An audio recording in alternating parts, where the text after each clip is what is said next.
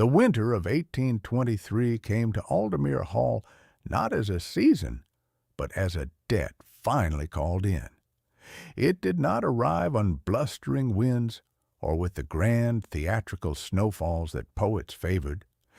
It came quietly, the way ruin so often does, seeping through the warped sills of the long gallery, and settling into the bones of a house that had once been the proudest seat in all of Derbyshire. The honey-colored stone, quarried 2 centuries before by men who believed the family would stand forever, had gone the gray of old ash. Ivy had taken the east wing.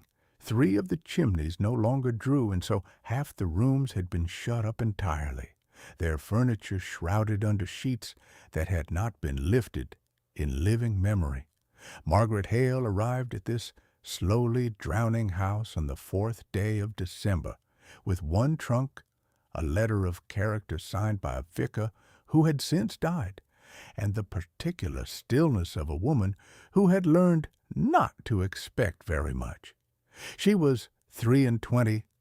She had a plain face that strangers forgot the moment they turned away from it, brown hair pinned without vanity, and a gray wool traveling gown that had been turned twice and let out once, until the color of it had become, as she privately thought of it, the color of survival.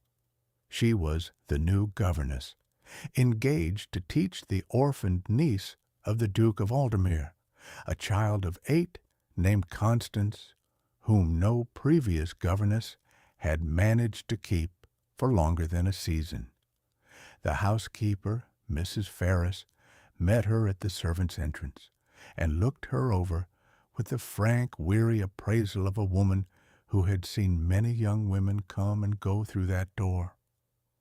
"You're plainer than the last," she said, not unkindly. "That may serve you. The pretty ones think the post beneath them within a fortnight." She did not offer to take the trunk. She did, however, recite the household as she led Margaret in, for there was little enough of it left to recite. 11 indoor servants remained where once there had been 40. A cook and 1 kitchen girl. 2 housemaids for a house of 60 rooms, the most of them shut. A single footman, old Tobias, who had served the 4th Duke and would not be parted from the house, though his wages had not been raised in a decade. The cellars, Mrs. Ferris said, had been the finest in the county. They were near empty now, the good vintages sold off quietly through an agent in Derby to pay the half-yearly interest on a mortgage the 3rd Duke had taken out and the 4th had let grow. "We do not speak of money in this house," the housekeeper added, "for there is little enough to speak of, and His Grace likes it least of any subject under heaven. You'll learn the rest soon enough. They always do." Margaret carried it herself, up the narrow back stair, past the shut and shrouded rooms, to a small, cold chamber under the eaves where the window had a crack stuffed with a rag against the wind. She set the trunk down. She unpinned her bonnet. She stood for a moment, listening to the great house breathe around her, all its ticks and settlings, and the far-off slam of an unsecured shutter, and the wind worrying at the rag in the cracked window, and somewhere below the long sigh of a fire dying in a grate no one had stayed to tend. It was the sound, she thought, of a house that had given up, not fallen, not yet, but settled into the patient business of falling, the way a person who has stopped fighting an illness grows strangely peaceful. She had heard a house make that sound once before in the last winter of her mother's life, and she knew it for what it was.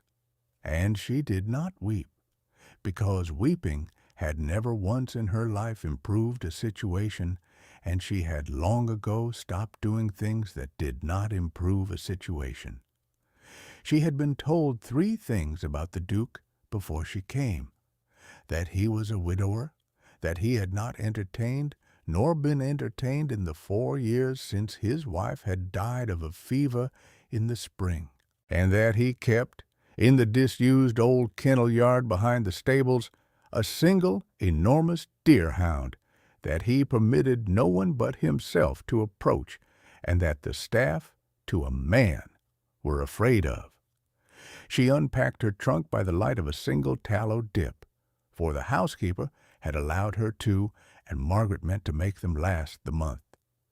There was not a great deal in the trunk. 3 shifts, 2 gowns, the gray she stood in, and a darker gray for the Sabbath. A work-box with her mother's good steel scissors and a paper pins, a small pewter inkstand, and, wrapped in a square of flannel at the very bottom, the one thing she owned that was worth more to her than any of the rest. A worn little book of verse bound in cracked calf, her mother's name written inside the cover in a hand grown shaky at the end. She set it on the narrow shelf above the bed, and the room felt, for the first time, very slightly like a place a person might live. She would learn the truth of the first 2 soon enough. The third she met that very night. She had gone down past midnight to the kitchen for warm milk, because the cold in her room would not let her sleep, and she heard it before she saw it. A low, broken sound from the dark beyond the scullery door, half a growl and half something far worse, the sound an animal makes when it is in pain and has decided, in its proud animal way, to make no fuss about it. She took a tallow candle and went out into the kennel yard in her nightgown and shawl, against every particle of good sense she possessed. The deerhound lay on the cold flags. It was a vast, rough-coated creature, the gray of wet slate, long in the leg and narrow in the chest, the kind of dog the great houses had bred for 300 years to run down red deer across the moors. It must have stood as high as her waist when it stood. It was not standing now. It lay on its side, its flank heaving too fast, and when the candlelight found it, it pulled back its lip from its long teeth and made that broken sound again, warning her off. Margaret stopped where she was. She did not advance. She knew enough of frightened things to know that you do not advance. "There," she said very low, "there, I shall not touch you. I have only come to sit." And she sat. She sat down on the cold stone of the kennel yard a careful 8 feet from the dying-looking animal, arranged her shawl over her knees, and she stayed. That was the night the Duke first saw her, though she did not know it, and would not know it for a long while yet. His name was Edmund Marlowe, the 5th Duke of Aldemere, and he was 34 years old, and he had not slept a full night since the spring of 1819. He was a tall man, dark-haired, with the sharp jaw and guarded gray eyes of his line, and grief had carved him down to something hard and quiet. He had come out to the kennel yard that night, as he came most nights when sleep would not have him, to sit with the only living creature in the house that had loved his wife as he had loved her. The deerhound, whom he called Bran, had been hers. She had raised it from a pup. It had lain at the foot of her bed through the whole of her last illness, and had refused food for 9 days after her death, and it had never, in all the winter since, allowed another soul to lay a hand upon it. It growled at the grooms. It had bitten the apothecary. It tolerated only him, and it was dying. He had known it for a week. The animal was old, and there was a heaviness in its belly that the Aldemere physician, summoned in secret and sworn to discretion, had said plainly was a growth and could not be cut out, and that the kindest thing would be a swift end with a ball. The Duke had not been able to give the order, To lose the dog was to lose the last warm thing in the house that remembered her, and he was a coward about exactly one matter in all the world, and that was the matter of losing the last of her. So he had come out into the cold to sit with the dog, and he had stopped in the deep shadow of the stable arch because there was already someone there. A small woman in a gray shawl, with a guttering tallow candle, sitting on the freezing stones, a careful distance from the animal that had bitten a grown apothecary to the bone, the new governess. He had not even troubled to learn her name, and she was talking to the dog, not in the high, foolish coo that people used on animals, but low and even and matter-of-fact, as one speaks to a person of sense who happens to be in distress. He almost stepped forward to order her away from the dangerous creature. He did not, because Bran, who growled at every living soul, who had not let the grooms within 10 feet of him since his mistress died, had stopped growling. The Duke stood very still in the shadow and watched the plainest woman in his household sit on his cold flagstones and quiet his wife's dog with nothing but the sound of her voice, and he felt, for the first time in 4 winters, something move in the dead ground of his chest. He did not name it. He had no wish to name it. He turned and went back into the dark house and lay awake until dawn, as he always did. But he lay awake thinking of something other than the spring of 1819, and that was new. In the gray of the next morning, Margaret learned that the dog was called Bran, and that it was dying, and she learned it from Mrs. Ferris, who told her also sharply that the Duke permitted no one near the animal, and that if her Grace's husband, for the housekeeper, still, even now, called the dead Duchess her Grace, as though she might walk in at any moment. If the Duke heard a governess had been in the kennel yard at midnight, he would turn her off without a character. "Then I shall hope he does not hear of it," Margaret said, and went to find her charge. The child Constance was a thin, watchful, furious little creature who had buried a mother of her own and then been sent to an uncle who could not look at her without seeing his dead wife's sister, and who had driven off 4 governesses with a cold, deliberate cruelty far too old for 8 years. She had locked one in the ice-house. She had put a dead toad in the bed of another. She received Margaret in the schoolroom with her arms folded and her chin up, and informed her, "I shan't learn anything from you. You're poor. I can tell by your dress."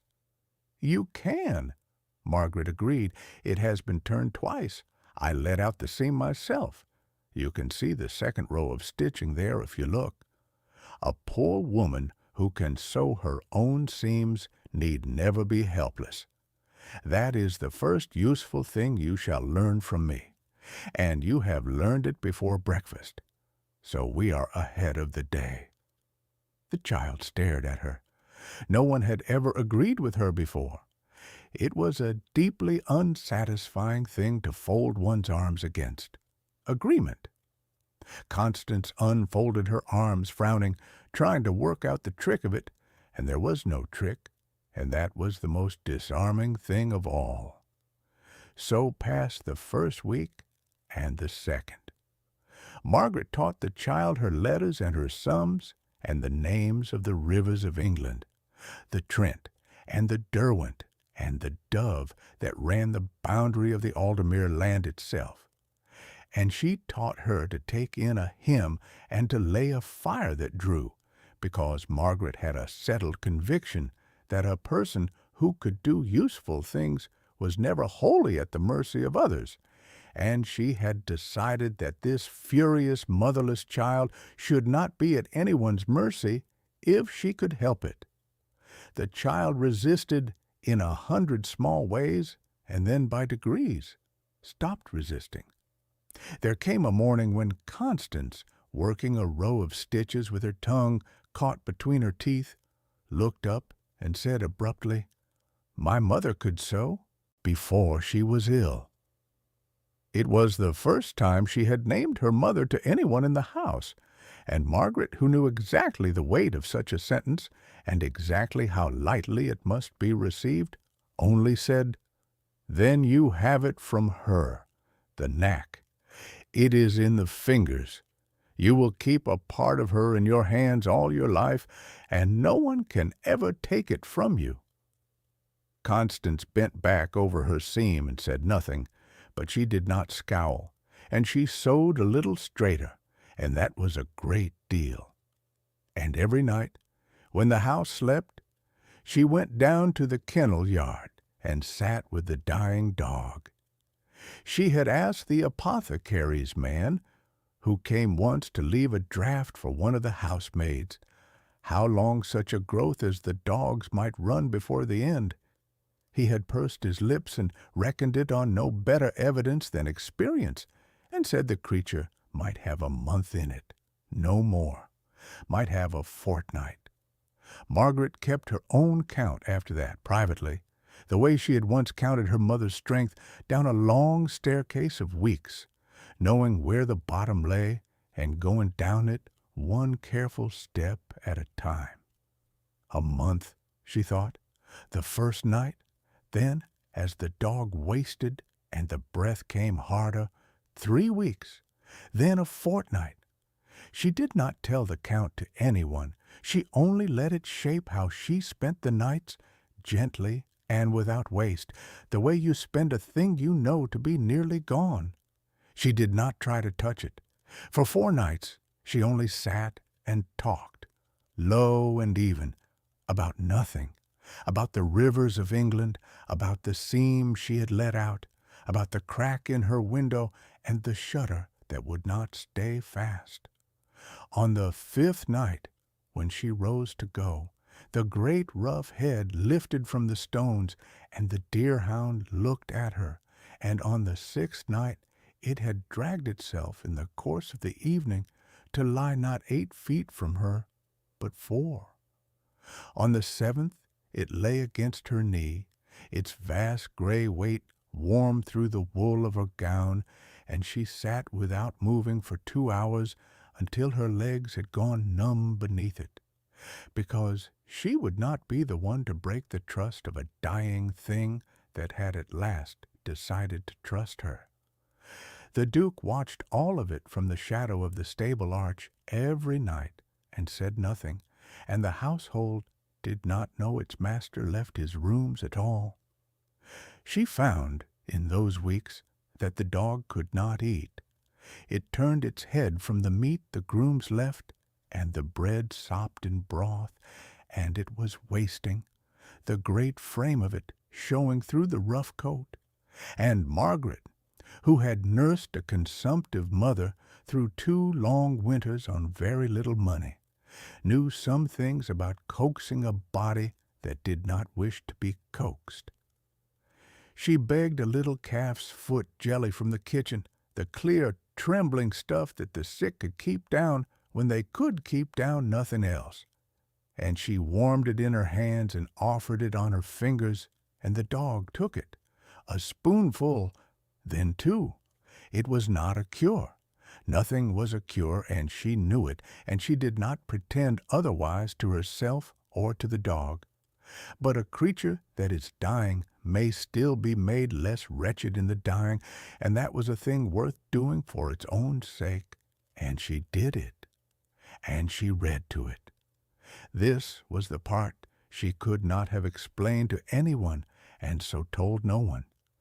She brought down the one book she owned, the worn little duodecimo of verse that had been her mother's, and she read aloud to the dog by the light of the candle, because she had read aloud to her mother in just that way through just such nights. And her own voice in the dark was the only medicine she had ever found that eased the long fear of the small hours. She read the old poems, the ones about quietness and endurance and the turning of the year. The dog's breathing slowed and steadied, under the sound of it. And in the shadow of the stable arch, the Duke of Aldermere stood and listened to a plain governess read poetry to his dying wife's dog at 2 o'clock in the morning, and was undone by it, quietly, and told no one, and went on watching. He learned in those weeks of watching things about her that she had told to no one. He learned from the way she favored her left hand against the cold that she had once broken the fingers of it, and they had been ill set by someone who could not pay a surgeon. He learned from a thing she murmured to the dog one night about the river at Lyme, that she had grown up somewhere near the sea and had not seen it in some years. He learned that she did not pity the dog and did not pity herself, and that this was not coldness in her, but its very opposite, that she had simply long ago made a private peace with the way the world used the poor and the plain and the dying, and had resolved to meet it all with confidence and tenderness and no complaint, because complaint had never once improved a situation. He found that he could not stop watching her, he who had wanted nothing and noticed nothing and felt nothing but the one gray weight of his grief. Since the spring he lost her, found himself counting the hours of the day until the house would sleep, and she would come down to the cold yard with her candle and her book, and he was ashamed of it, and he came anyway. The thing that breaks a fixed grief is rarely a grand thing. The Duke had braced himself all these years against the grand things, against pity, against the season, against the marriageable daughters paraded before him by mothers who saw a widowed duke and his unspent fortune and his shut-up house. Against all of that he was iron. He had no defense at all against a small woman on the cold floor offering jelly off her fingers to a dog the whole world had given up. He began, against his own will, to find reasons to be where she was. He came to the schoolroom door, ostensibly to inquire after his niece's progress, and stood and watched Margaret teach the furious child to be less furious, and went away having said almost nothing. He took to walking in the kennel yard by daylight, where before he had only ever come at night, and one gray afternoon he came round the corner of the stable, and there she was, sitting on an upturned pail with the dog's head in her lap, and there was no shadow to hide in, and she looked up and saw him. She rose at once, settling the dog's head gently down, and dropped a small, correct curtsy. "Your Grace, I beg your pardon. I know I am not to be here." He looked at her. He looked at the dog, which had lifted its head and was watching him with its dim old eyes, and did not growl, had not growled, he realized, in some weeks. "How long?" he said. It came out rougher than he intended. "How long has he let you near him?" "A fortnight, your Grace. Perhaps a little more. He let me sit first. Then he let me stay. I did not press him." She paused, and then, because she had never in her life learned to flatter and was too tired to begin, she said the plain thing. "He is dying, your Grace. You know it. I think he has only been waiting to not do it alone. They will do that, the proud ones. They will wait." The Duke said nothing for a long moment.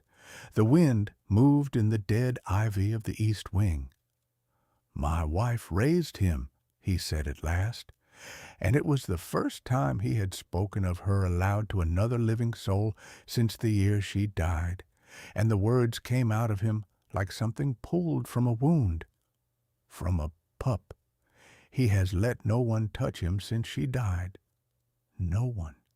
He bit the apothecary to the bone." He looked at the plain gray woman with his wife's dog asleep against her knee. "And he sleeps in your lap." "I am sorry," Margaret said quietly. I did not seek to take a thing that was hers. No, he said. No, you mistake me. And he could not say the rest of it, which was that he had believed since the morning they buried her, that whatever in his wife had been worth loving had gone into the ground with her and was lost out of the world entirely, and that he had just watched her dog choose out of all the household the one person in it who carried that same quality of quiet, unwearied tenderness, and that the discovery had cracked something in him that he had thought safely sealed. He could not say any of that. He was not a man who could say that yet. So he only inclined his head stiffly and said, "You may stay with him as long as he wants you.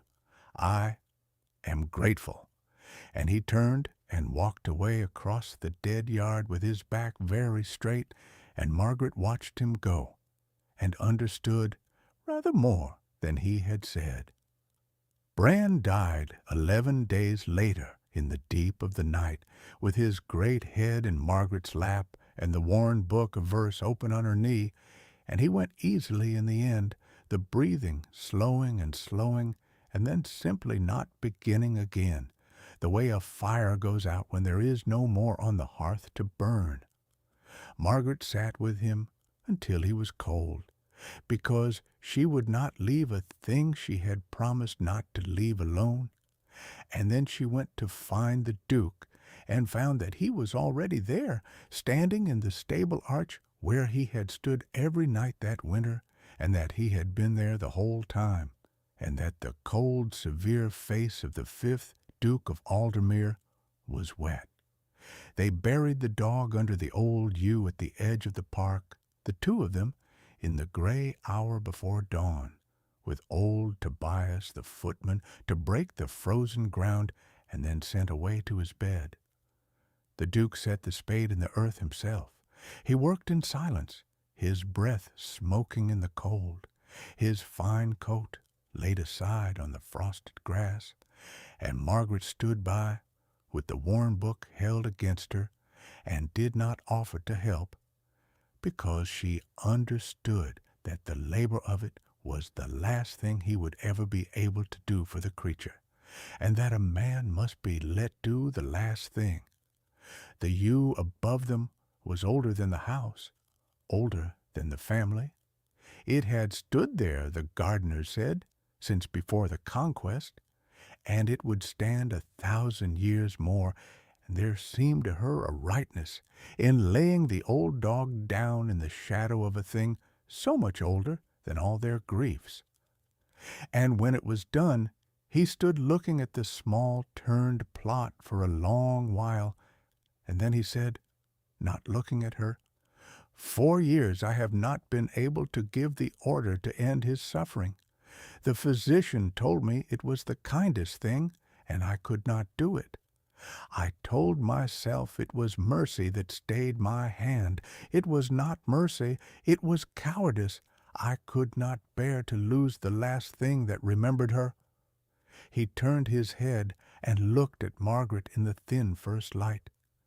"You came, and you did not try to save him, because he could not be saved, and you did not pretend otherwise to spare my feelings, and you sat with him every night for 6 weeks, so that he should not be afraid. You did the brave, kind thing that I could not do. I have been 4 years a coward in my own house, and I did not know it until you came and sat upon my floor." "Your Grace," Margaret began, distressed, "you must not—" "Edmund," he said, "my name is Edmund. I find I should like to hear it from someone who is not asking me for anything." And then, because he was a guarded man, and the saying of so much had cost him a great deal, he turned the subject roughly aside and walked her back to the house in the cold, and neither of them spoke of it again for a long time. But something had changed in the dead ground, and they both knew it, and the house seemed that morning very slightly less shut up than it had been. It would have ended there, perhaps, in a slow thawing across a long winter, except that the world outside Aldermere had its own designs upon the Duke, and they arrived in February in a traveling coach with the family crest of the Carstairs upon the door. Lady Sophia Carstairs was everything Margaret was not, blonde, brilliant, and beautiful, with a dowry of £40,000 and a mother of fierce ambition who had decided some years before that the widowed Duke of Aldermere, however cold, however shut up in his ruin of a house, was precisely the match her daughter's beauty deserved. They came on the pretext of a winter visit. They stayed 3 weeks, and Lady Sophia, who was not unintelligent, looked once around the decaying hall and understood at a glance that the Duke had money enough still buried in his land to restore every shut room and re-gild every faded cornice. And she set herself, with the practiced grace of a girl who had never in her life been refused, to charm him. She was charming. Margaret, watching from the edges where governesses watch, granted her that freely. Lady Sophia could make a dull room bright. She played and sang and turned the conversation with a light, skilled hand, and she was kind to Constance in the public rooms in the showy way that costs nothing and is meant to be seen. And she was, when no one of consequence was looking, perfectly cruel. Margaret saw the truth of her by accident on the 3rd day, in the stable yard. There was a stable boy at Aldermere named Jem, perhaps 12 years old, lame from a kick a draught horse had given him as an infant, who did the work of the yard with a willing patience and a withered leg. Margaret came round the corner of the tack room to find Lady Sophia's gray mare returned muddied from a morning's ride, and the boy struggling to unbuckle the girth with cold, stiff fingers, and Lady Sophia standing over him with her riding crop, her lovely face quite changed. "Faster," she was saying, low and even, the same light voice that charmed the drawing-room. "You crooked little wretch, my father would have had you turned out to beg years ago. Faster, or I shall tell his grace you were insolent to me, and which of us do you imagine he will believe?" And she touched the crop, not hard, but deliberately, to the boy's bent shoulder, the way one flicks a thing one finds distasteful. The boy's hand shook harder, which made him slower, which was the whole cruelty of it. Margaret stepped out of the shadow of the tack room.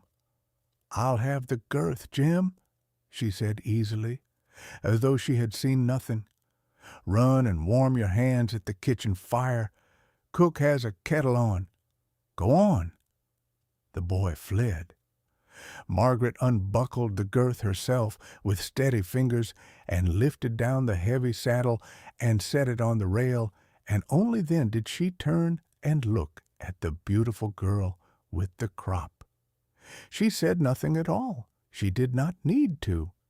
She had simply seen, and Lady Sophia knew that she had seen, and the two women looked at one another in the cold yard for a long moment in perfect understanding.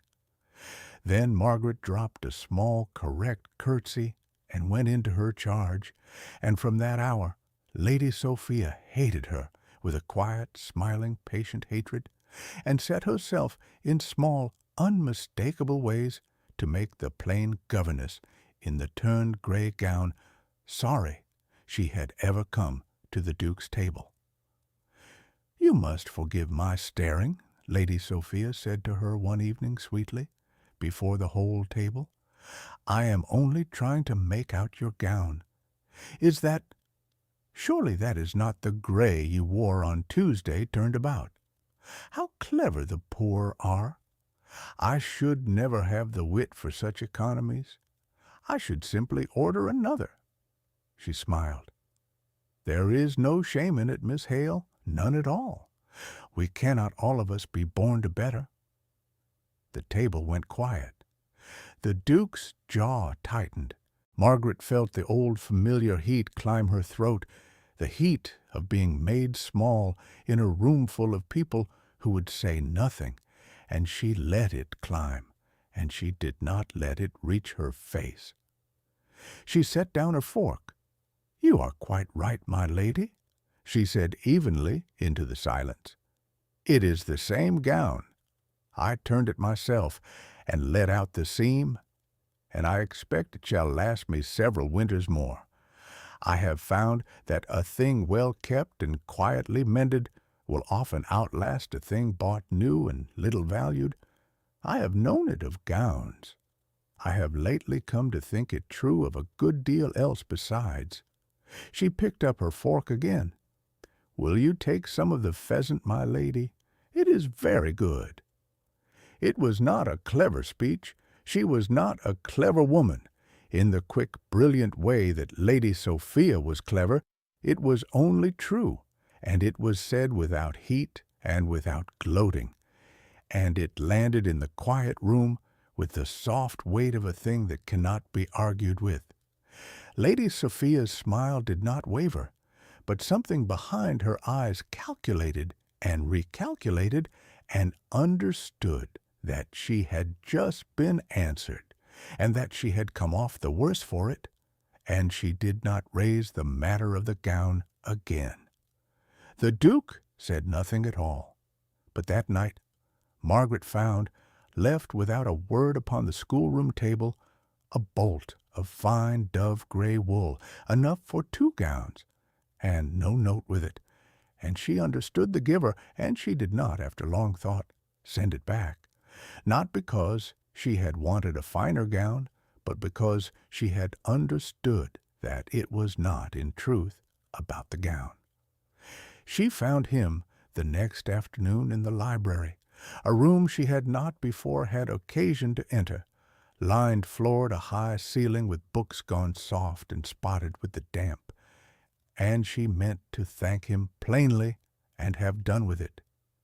He was standing at the window with a book unopened in his hand, looking out at the gray park where the new grave lay under the yew, and he turned when she came in. "Your Grace, the wool," she began. "It was very kind. I cannot think I ought—" "It is wool, Miss Hale," he said. "It is not a carriage and 4. Do not make a great matter of it." But there was no sharpness in it. He set the book down. "My wife loved this room," he said abruptly, as though the words had been waiting some time for a door to come out by. "She read a great deal. I never had the patience for it. I should rather be out of doors. She used to read to me of an evening by the fire, and I would pretend to attend and fall asleep in my chair, and she was never offended. She said a man who slept while you read to him paid you the great compliment of being easy in your company." He stopped. He looked for a moment, very young and very lost, the cold Duke quite gone out of his face. "I have not heard a book read aloud in 4 years, until I heard you in the kennel yard." Margaret stood very still. "I did not know you heard me, your Grace." "Every night," he said, "from the first." And then, because he had said far more than he meant to, and did not know how to come back from it, he turned again to the window. "You may use the library," he said to the glass. "It does no one any good shut up. Take what you like for the child. Take what you like for yourself." And that was all. But Margaret carried it with her the rest of the day, like a warm coal in a cold pocket. And she did not let herself think too hard upon what it might mean, because she was too wise and too poor and too long disappointed to begin expecting things that had not yet been offered. And yet, Lady Sophia, being neither stupid nor patient, saw the way the wind set, and resolved to settle the matter before the Duke's strange quiet attachment could grow into anything she could not uproot. And so, on the last evening of the visit, With the principal families of the county gathered at Aldermere for a dinner, the Carstairs had all but engineered themselves, the first society the great house had received since the Duchess died. She chose her moment. It came over the dessert, in the candlelight, before 22 guests. Lady Sophia turned to the Duke down the length of the table, light and laughing, and said, "Your Grace, you must settle a dispute for us.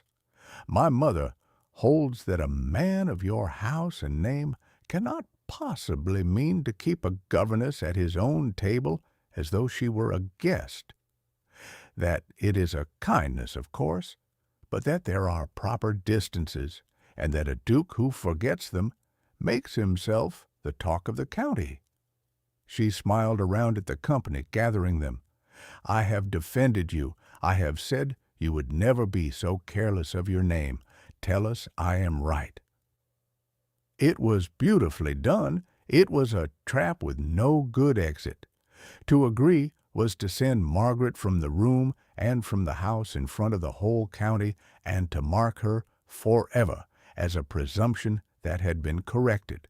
To refuse was to declare before 22 witnesses an interest in a penniless governess that no Duke of Aldermere had any business owning. The table waited. Margaret, at the foot of it, sat very still in her turned gray gown and kept her eyes on her plate, and prepared, with the long practice of a poor woman, to be made small and to bear it. The Duke set down his glass. "You are not right, Lady Sophia," he said. His voice was quiet, and it carried to every corner of the silent room. "And since you have raised it before my guests, I shall answer it before my guests, and there shall be an end to it. When my wife died, this house died with her, and I let it. I shut the rooms. I turned away the world. I kept one living creature that had loved her, an old dog that the whole of my household feared, and that I could not bring myself to part with even when it was suffering, because I was too great a coward to lose the last thing that remembered her. For 4 years, no one in this house, gentle or simple, did one brave or tender thing that I could see, least of all myself." He turned his head and looked down the long table, past the brilliant blonde girl to the plain woman in the mended gray gown at the foot of it. "And then a governess came whom no one here would look at twice, and she sat upon my cold kennel floor every night for 6 weeks and read poetry to a dying dog so that it should not die afraid, and asked nothing of me, and pretended nothing to spare me, and did the brave kind thing that I, a duke in my own house, could not do. You ask whether I forget the proper distances, my lady. I tell you, I have spent 4 years measuring distances and shutting doors and keeping the world at its proper distance, and it very nearly cost me my soul. I have lately resolved to stop." He looked at Margaret, and he did not look away, and before the whole assembled county he said very simply, "Miss Hale, I have no wish to keep you at the foot of my table. Will you do me the honor of sitting at the head of it?" The room did not breathe. Lady Sophia's face had gone white and fixed. Down at the foot of the table the plainest woman in the county lifted her eyes at last from her plate, and looked at the grave, dark man who had just laid his whole shut heart open before 22 witnesses, rather than let her be sent from the room in shame. And she found that the thing she had spent her whole disciplined life refusing to expect had arrived anyway, unbidden, and was waiting for her answer. "I should be glad to, your grace," she said. And then, because he had given her his name in the gray dawn beside a new grave, and she had kept it close ever since, she said it low, so that perhaps only he could hear. "Edmund." The dinner did not last very long after that. The county families, who had come for the spectacle of the cold duke and the brilliant heiress, and had got instead the spectacle of the cold duke and his niece's governess, did not quite know where to put their eyes, and made their excuses early, and rode home through the dark to be the first in their several neighborhoods to tell it. The Carstairs withdrew to their chamber with the door shut hard, and were gone before the household woke. The traveling coach, with the crest upon the door rolling out through the gates in the first gray light, and Lady Sophia did not so much as glance back at the great decaying house she had so nearly made her own. Margaret watched the coach go from the schoolroom window with the furious child beside her, and felt no triumph in it, only a kind of tired quiet, the way one feels when a long-held breath is at last let out. It was Constance who broke the silence. "Are you to be my aunt now?" the child demanded, in the flat, suspicious way she had, prepared for any answer to be a disappointment. "It would seem so," Margaret said, "if you will have me." The child considered this with great seriousness. "You won't go," she said. It was not quite a question. It was the thing underneath all the locked ice houses and the toads in the beds, said plainly at last by a motherless creature who had learned that every one she was given to love was taken away again. "The others all went. You won't go?" Margaret knelt down on the cold schoolroom floor so that her plain face was level with the child's furious one. "No," she said, "I will not go, not when you are unkind to me, which you will be again, for you are 8, and it is your nature, and I do not mind it. Not when you are grown and have no more need of governessing, not ever. You have my word, and I am a woman who keeps her word, as you have seen.